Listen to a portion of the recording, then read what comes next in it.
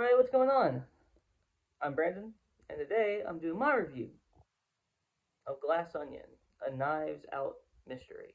So, Glass Onion is a film starring Daniel Craig.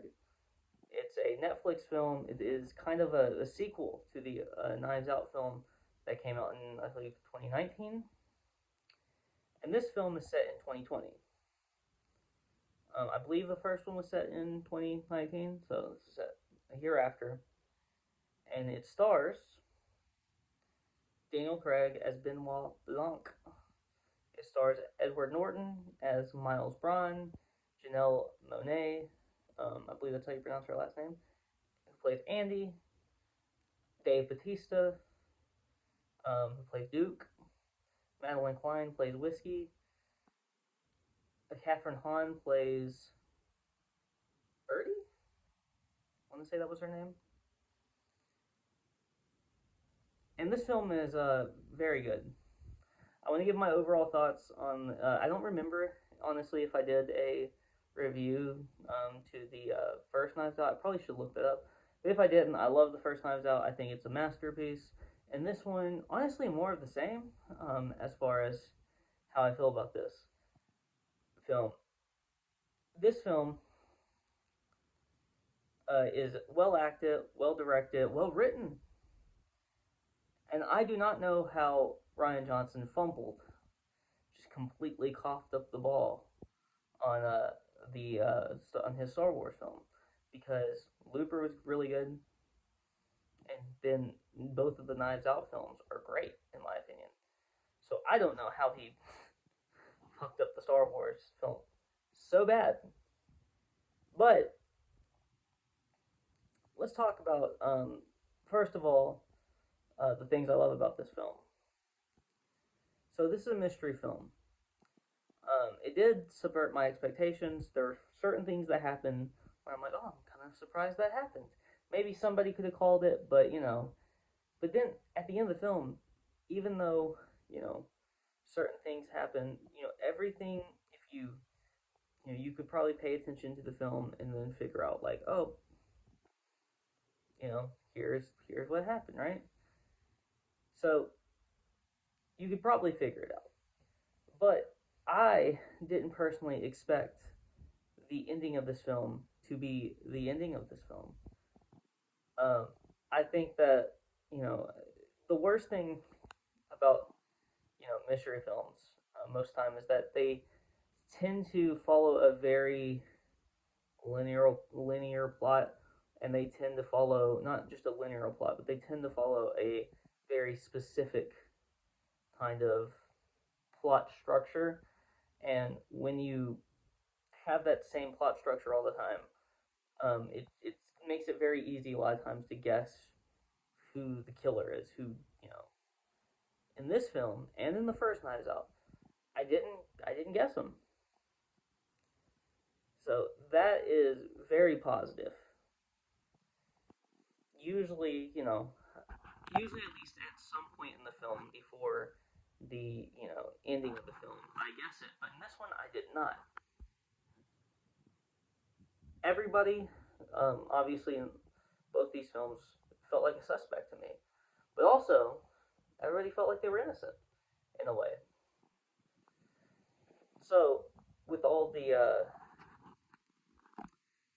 clues and everything that you get throughout the film, you can figure it out, but it's also not too obvious. And this film just blew me out of the water in terms of how he told the story, and I loved every bit, every bit of this film. There's not really much I have to say that's negative. I feel like certain actors could have been used more, but it is a pretty long film. But it doesn't feel its length.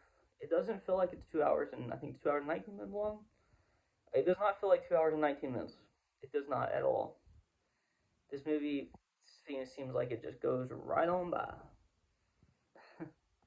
So I had so much fun, and I'm excited. I'm very excited for whatever the third film in this franchise is going to be. I think there's going to be what, four total at least. That's at least three are confirmed. I know. I'm not sure if the fourth one is confirmed, but I hope that I'm very excited for it, and I think it'll probably be good, and I hope that we get a fourth one if that one is as good as these two, because I'm not somebody who tends to ask for more sequels of a property. I do like original films. I do live reviews on original films. I do a lot of reviews on existing properties like Marvel and stuff like that too. But this, I just want more time with this character in Benoit Blanc. Um, and as long as they put the right actors and the right characters around Benoit Blanc, I think that the film, as long as it is written as well as the past two have been, will be just as good as the past two. Um, so, since I don't really have a lot of negatives, I don't really have any. I don't know if I have any negatives. I'm actually stumped right now. I'm trying to find something to critique, which is always a good sign in a film. If I have to look for something, if it's not like out in the open for me, um, that's great, and I love that. So since I can't find anything though, is this a 10? The first one, I think I gave it. I think I would have given it if I did do a review. I probably gave it a 9, 9.5. But this film, the ending of this film, man, I absolutely love. I love the. Um, I'm not gonna do any spoilers, so just so I'm not like, I want to make that clear. But the ending of this film, in my opinion, is very topical,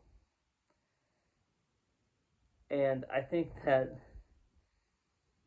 Ryan Johnson said, the director Ryan Johnson and the writer Ryan Johnson said that it wasn't meant to be like this. It just kind of happened that way. Um, I don't know if I believe him. I don't know if I believe him at all, because it's very weird how like topical this is. Um, I guess there's, yeah, I'm gonna give that a 10 out of 10. I think that there's might be one thing in the middle, towards the middle, that I dislike, but since I can't really, that I might not like the if I see it a second time. But that is irrelevant for this because I've only seen it once. So right now I'm giving it a 10 out of 10. That could change to like a 9, or a 9.5. But this movie is not going to go anywhere below a 9 for sure on repeat watches. This is a good film, and if you haven't seen it, you should check it out on Netflix.